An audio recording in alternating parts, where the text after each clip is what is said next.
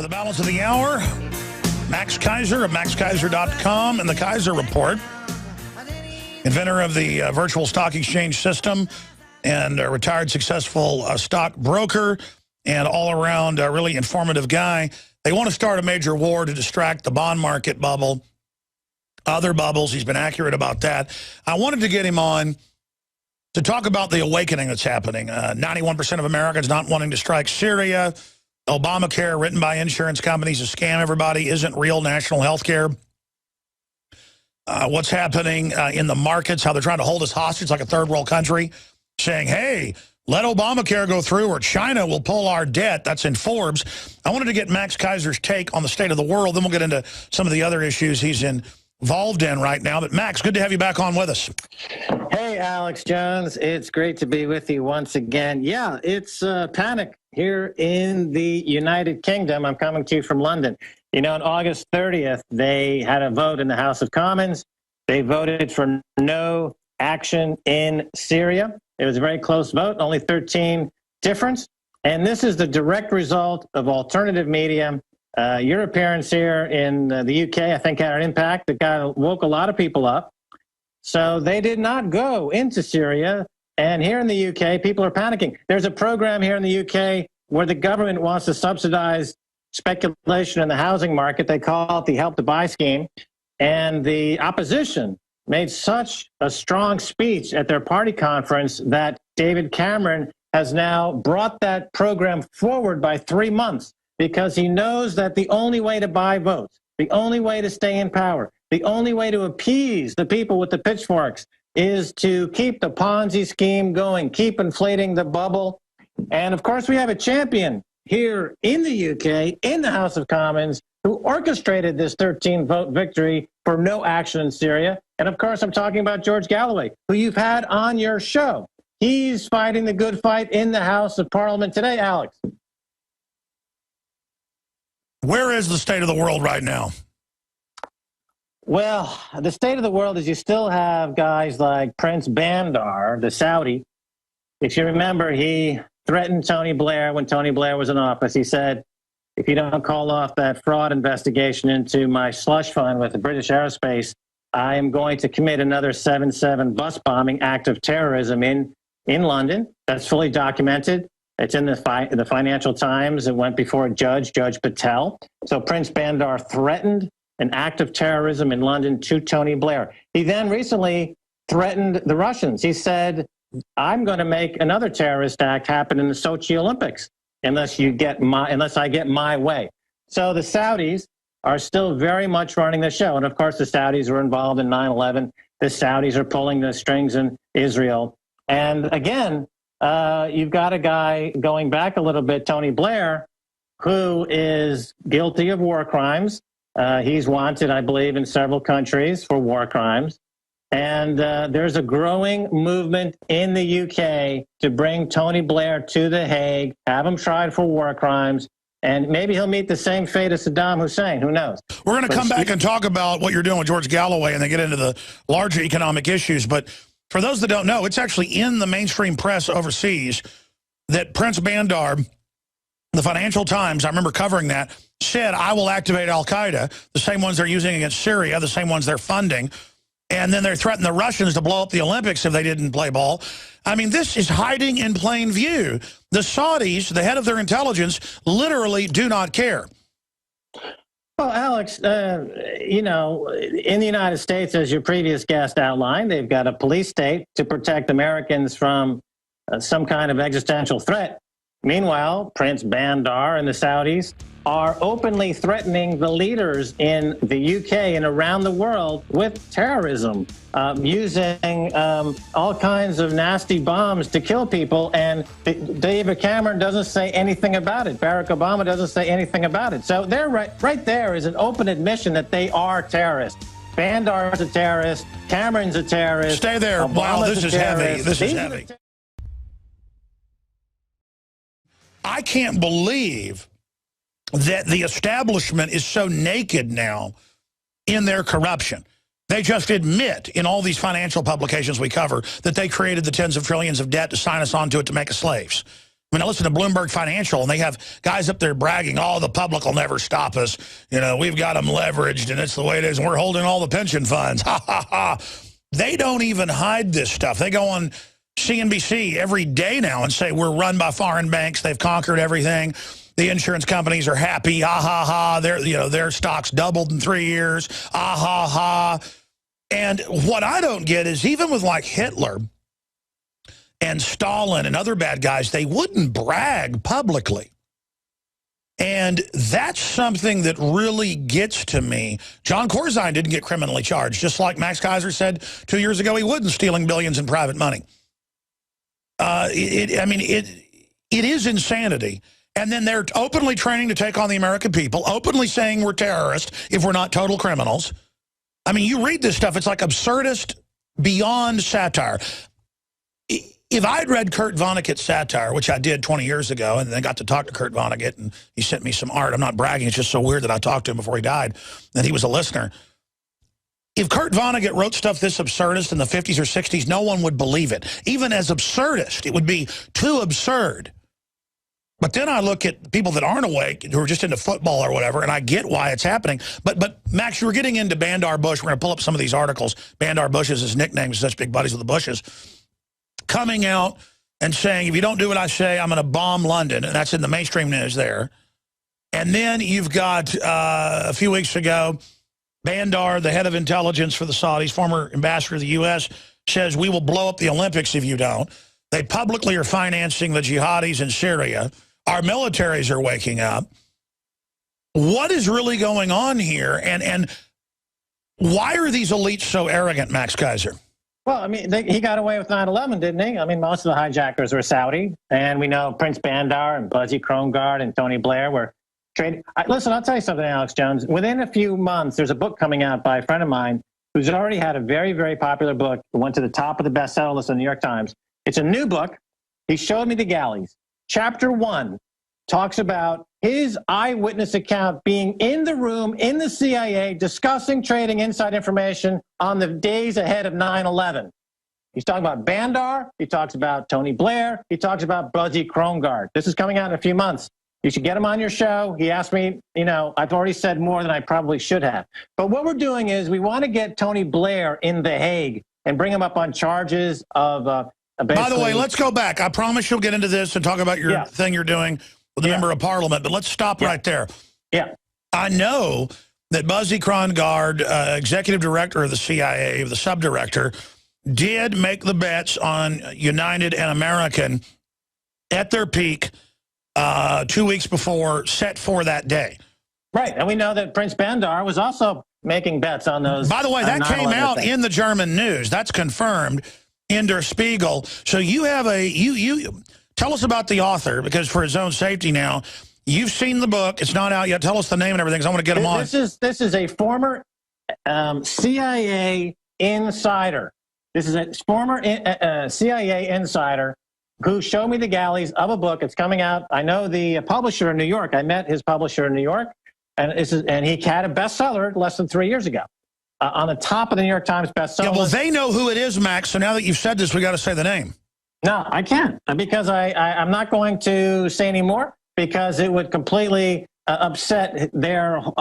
He showed this to me confidence. The only reason I mention it is because Bandar and Tony Blair are such scoundrels. But now with George Galloway's project, and I want to get into it here, because he's already raised 126,000 pounds on Kickstarter for his film. It's called The Killing of Tony Blair. He talks about the killing financially that Tony Blair has made by trading on inside information based on 9/11 is not part of that film yet. I wanted to get him into it, but he does talk about Tony Blair making money, trading blood for oil, about all of his associations and friends in Parliament and around the world. The Killing of Tony Blair on Kickstarter. So they got about 127,000 pounds raised. There's only 5 days left.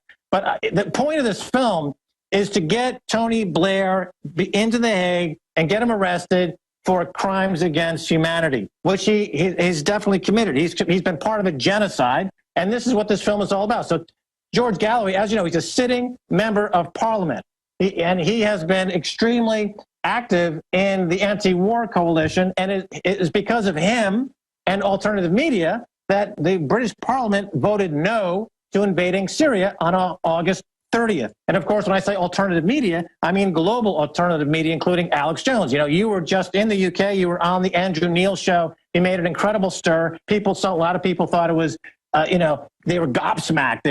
Who is this guy? But it did get people's attention, and heads were turned and opinions were changed. And so alternative media, George Galloway, saved lives. They stopped David Cameron. In fact, that's why I wanted to get you on a few weeks ago. And how big a deal is it that usually England, the UK is at the tip of the spear of any new imperial war?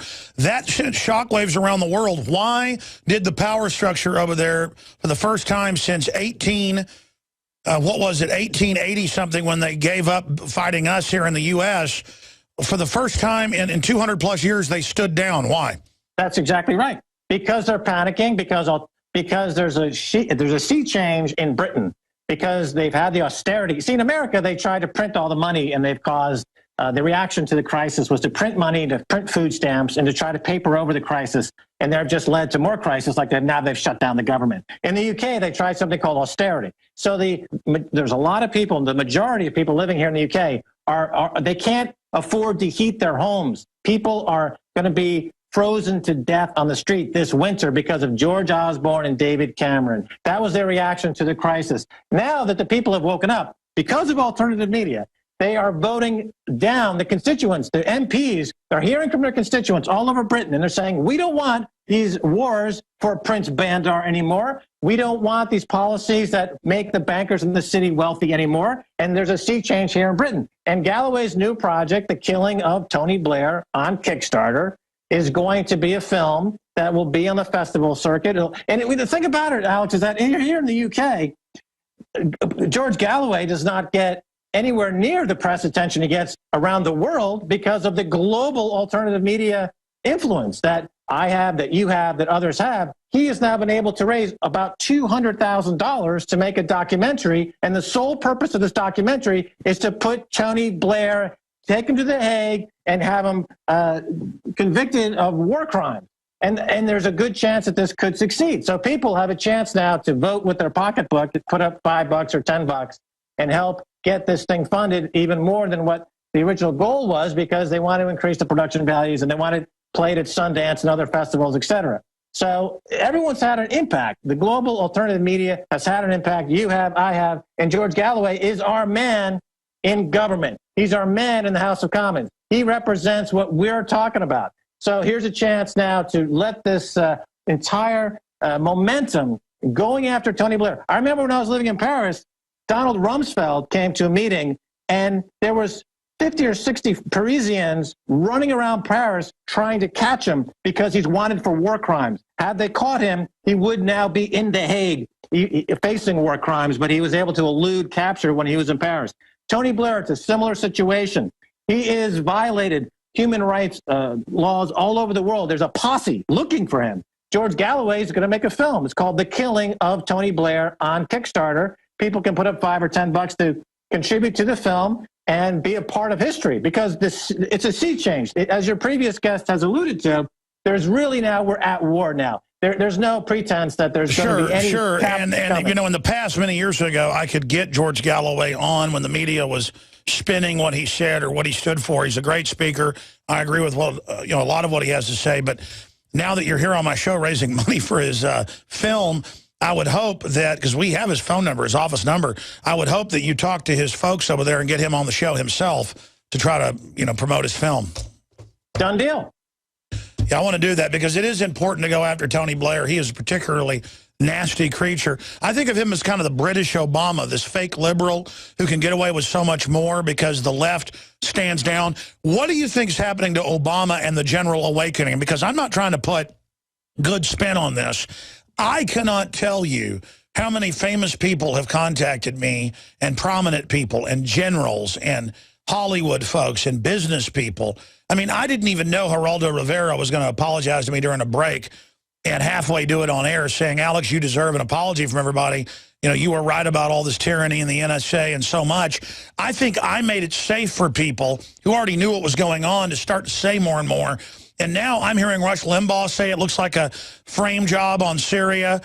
You got Pat Buchanan, Ron Paul, Rand Paul, Ted Cruz. You've got mainline national radio. Glenn Beck now sounds like me, which is great. Great. I mean, he literally takes my show and then re-airs it in the morning, but through his voice. That's wonderful. I mean, I'm seeing, and I'm not saying I get the credit, I'm just part of that. I'm seeing mega massive success on every front via the ripples, thanks to DrudgeReport.com helping us and others. But my point is, we're in the middle of a revolution of awakening. It's so big. And I know the power structure's got to be aware of that. Well, yeah, like I said, in the UK, they're panicking. So Tony, Cameron is readjusting his policies to try to buy votes. In the way I described it, they have a thing called Help to Buy. It's a Ponzi scheme for real estate. They're accelerating it to the present to try to inflate this housing bubble, which will guaranteed pop within 24 months. But, I mean, look at the U.S. economy for a second. Take a step back, because the government shut down in the U.S. Well, what happened to Wall Street? It went up.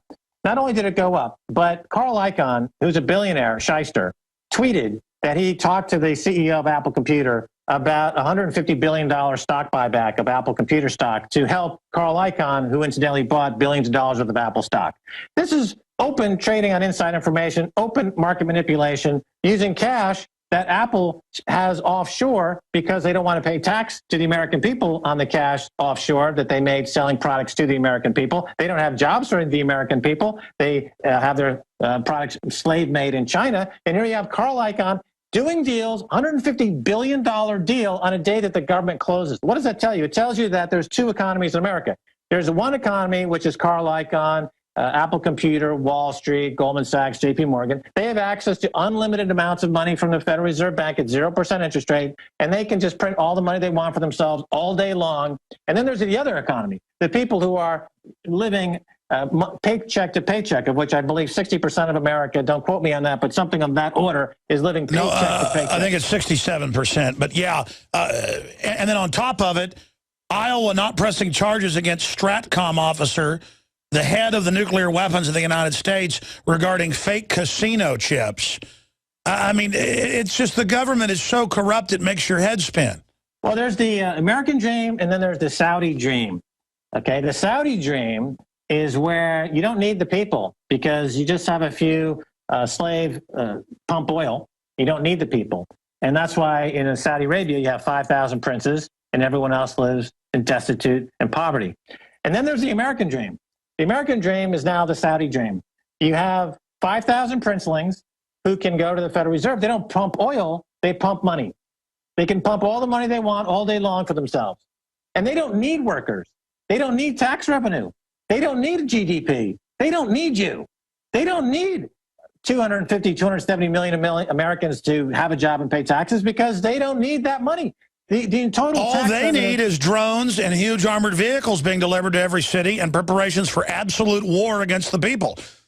Well, that's tax revenue in the U.S. is something on the order of $3 trillion. The Federal Reserve has close to $4 trillion of that in debt on its $800 trillion in derivatives around the world. The American people don't generate enough tax revenue for people like Carl Icahn to give a hoot. They just don't matter anymore. They don't add enough. No, that's right. That's right. They've stolen over 1.5 quadrille, and they're sitting there with space-based particle beams and weapons, and they're running around saying we're going to merge the computers and be God. On Wired Magazine, the head of Google is saying, I will be God. And the only question is, when do they release the bioweapon to wipe us all out, as they say they're getting ready to do? Well, if they needed the taxes paid by the workers to fund the economy, the government, and the businesses, they would not be out there with tanks killing people. Here's the only reason they can't release the bioweapons right now, and they're very upset about it, and they say they are. By the way, if you're a new listener and you're hearing this, I'm not joking about all this. They're on record saying this stuff. Is the Russians, and I'm not loving the Russians, but they're not under total globalist control. They've got nuclear weapons. The globalists run China now. They're working with them. All that's left, and I can't believe I'm saying this, is Russia, standing between us and psychopathic bankers that have nuclear weapons. Well, who's the peace broker in Syria was Russia. Who's the peace broker in Iran? Russia. Who's probably going to bring peace between Israel and Palestine? Russia. So here you got a guy, Vladimir Putin, who should get the Nobel Peace Prize because he's actually promoting peace. But no, Barack Obama, who sends drones into Pakistan and around the world for a quick buck so he can go golfing on the weekend, he gets the Peace Prize. Makes no sense. But it is true. I mean, look at Karzai. He made 400-to-1 bets with other people's money, former head of Goldman Sachs, head of MF Global, and you predicted it, and so did Gerald Celente, who actually had his money taken. He did not get in any trouble. These people... Well, here's another prediction that I made and a few other people made, Peter Schiff and others. There was a talk a couple of weeks ago about the taper. They were going to taper quantitative easing. I said very vocally, and other people like Peter Schiff said, that you can't taper a Ponzi scheme because it would collapse overnight. No, they're only going to accelerate it. That's right. They're going to increase that $85 billion a month that they're buying of government bonds to keep the bond market afloat in this huge Ponzi scheme. It's going to be increased. And they use the money that they get from the Fed that they don't pay any money on. Again, they don't need the workers. They don't need your taxes. They don't need your labor. They just need you to be good little prisoners and be spied on all day and don't protest. That's what they need you to do. Because in their argument is they've already stolen the world. It's theirs. We're just here eating their resources. That's how they say it. And so they're just getting ready to kill us. They're going, as soon as we can take down Russia, the bioweapons being released. You know, the drones ready to disperse it over the cities are ready. And the minute we take down Russia, you're all dead. Our bunkers are built. And the minute we take down Russia, we're going to kill everybody. It's Moonraker time. Does that sound fun? Max, is that it? Well, remember, Russia is aligned with China and Iran, so good luck with that. China's in the hip pocket of the globalist, I'm telling you. They're all the way... They're lemmywinks right now. Nations rise and fall. A nation that's evil 100 years ago will be good 100 from now. A nation that's good today will be bad 50 years from now. We go through cycles. Russia is going through a cycle where they're corrupt, they're Wild West, but they're pro-family, pro-Christ. They're trying to find their morals. They've been through 80 years of living hell. Meanwhile, we're in a very decadent cycle and have psycho demons running everything. And I just get chills when I think about it, how much trouble we're in. I have 3 children, and I didn't mean to get emotional right now. These people, I don't even hate them. I just want them off my back. And then I look at the public who doesn't have any idea how much trouble we're in, and it makes me sick. And how this is going to hurt poor people. I don't like seeing people poor. I really do want to build people up, and I know that real free market does it, not crony corruption. Rand Paul offers a glimmer of hope amid shutdown, tries to come up with a plan to have some type of conference committee. Obama says no, wants to go forward, because any shutdown actually lets him create a bigger crisis. Oath Keepers is going operational with a plan to try to save the country. Read that at INFOWARS.com. Paul Watson's article that's getting no attention, needs a lot of it. Insurance giants see stocks soar on launch of Obamacare. Totally sick. Geraldo Rivera says his health care is doubled along with his cruise since Obamacare went in. That is, by the way, here's the headline: Geraldo Rivera, libertarian views on the war on drugs.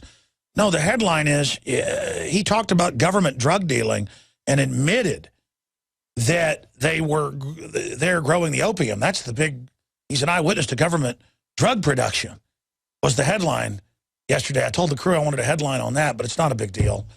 Whatever. It's like reality's so sensational, we like take it and then water it down. We might as well become the mainstream media. But that video is up on INFOWARS.com right now. We're going to go back to Max Keiser here in a moment, but we have this video that's up on INFOWARS.com. They're blocking all the national parks, including the Veterans Memorial, which is just you don't need any security there. And they're telling World War II vets that were already coming on buses, they couldn't be there. So the World War II vets are going past the police. And I guess, like Ceausescu in Romania or V for Vendetta fiction, the police are backing off and aren't arresting them. World War II vet knocks over shutdown barrier to visit memorial, and now more are doing it. And, of course, they have cops there to tell people they can't be there, though. That's not being shut down. Max Keiser, your take on this? Well, the government shutdown is a travesty, of course. But like I said earlier, it proves with the stock market rising and these multi-$100 billion deals that there's a class of people in America that does not need taxpayers. They don't need workers. And the sooner they exterminate them, the better. We've seen it before. You scapegoat a group of people, you exterminate them. It's the final solution. It's coming to America. That's why I don't live in America. It's too freaking dangerous. It's run by kleptocrats, and there's no upside there. I've seen the Grand Canyon. So I'll say this. People are awake in America. They're even more awake in England, which is surprising. And the police... like half the police were listeners. I mean, you were there, but I had like MI5 showing up, giving me intel that turned out to be true. I've talked to police that off record were absolutely hating the Bilderbergs. Well, I'll tell you why. I'll tell you why. It's because in the UK, they have something called the working class. There are blue collar workers, cops, firemen, people who work in hospitals, teachers, professors, they're working class. They have that in Britain. They don't have that in America anymore. You've got the destitute and the fabulous. Nothing in between. But I will say this. I mean, the British establishment people got that the guys were in there screwing them. Because they're middle class, common sense people. Stay there, Max Keiser. We're going to come back. By the way, it's almost sold out. Survival Shield, Nascent Iodine Dietary Supplement, InfoWarsLife.com. Get it today. I get so mad at myself. I should have been plugging the entire 3 hours that we're doing a live special hour-and-a-half transmission with special reports, the latest on the government shutdown. We'll know a lot by this evening of exactly where all this is going. Big roundup with myself, Jakari Jackson, Gigi Arnetta, Leanne McAdoo, David Knight, John Bound. Again, yours truly. We've got some special guests we're lining up as well and a bunch of special reports. It may go 2 hours, but 7 o'clock live. We go live sometimes, but a lot of times it's mainly taped before, and then we have a few live pieces here and there. But it's going to be live special transmission tonight. Max Keiser of MaxKeiser.com is our guest. You can find that Kickstarter campaign, what I think is a very worthy goal to try to get a movement going. And a film can do that, to have war crimes on Tony Blair and make him run to Paraguay down there with the Bushes. I've had Dr. Corsi on, who did a lot of black ops work, obviously, folks. You know, his family grew up with the Kennedys and stuff, just to leave it at that and move forward. Coming out saying the Bushes and the Saudis and all these countries' New World Order and the government's corrupt and murderous and they're staging terror, and sounds just like me.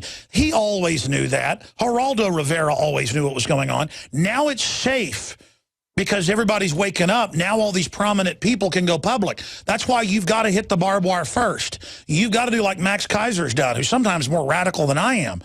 It's accurate what he says, but he's got bigger huevos, rancheros than I do. You've got to tell it so that it makes it safe for other people to come behind you. Then you reach critical mass. And in closing, Max Keiser, I think we're reaching critical mass. Yeah, well, I think we are because, again, I just returned to what's happening in the UK. They stopped that going into war, which was the first time in 200 years. The people in the UK are definitely awake. And the people in the U.S. are now starting to get awake, I think. And the economics are such where the wholesale confiscation of wealth from the middle to the top is becoming more than just an inconvenience. It's becoming a huge social issue because people are now suffering in the millions in all over the world, including the U.S. and the U.K. So these people are now trying to figure out what went wrong, how to get things back. I mean, the Obamacare is a disaster basically for one simple reason. They're taking health care and they're turning it into a stock market. So all the abuse of the past 20 years has been this monetization of corporations and municipalities, everything that they do, turning it into a market, a stock market of some kind, and then it becomes manipulated by stock market manipulators. So the idea of turning healthcare into a stock market was concocted by stockbrokers. I, as a former stockbroker, have already figured out 20 different ways to game this healthcare system and to make money on it by trading it as a stock market, of course. And that's why people who are in the stock market business, and that's the #1 business in the UK and the US, is financialization, finance, is they love it because they're going to make a bundle. And meanwhile, prices are going to go up.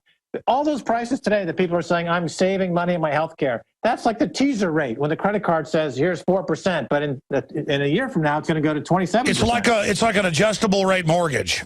Yeah, exactly. So in a year from now, everyone's health care will be higher than it ever has been. Health care is only going one way. And as your reporter very accurately pointed out, all the health care insurance stocks boomed today. I mean, that's another huge bailout of the healthcare industry, another huge gift to a rapacious invidious, sociopathic group of kleptocrats by the Obama administration. How much billions and hundreds of billions is it going to give to the kakistocracy, the worst elements of society? When is it going to end with this psychopath? And they're not just stealing it, they openly work to shut down our economy because they know making us poor makes us where we can't fight them. I mean, they are just, they are the worst. In Iraq, they put on the sanctions and then they bombed them to kingdom come. This is the equivalent, Obamacare is the equivalent of sanctions before they come in and just pick up the dirt and the dust and go to the ovens. I'm going to use that analogy. You're absolutely right. We're under total siege. Max Keiser, thank you so much for your time. An amazing mind.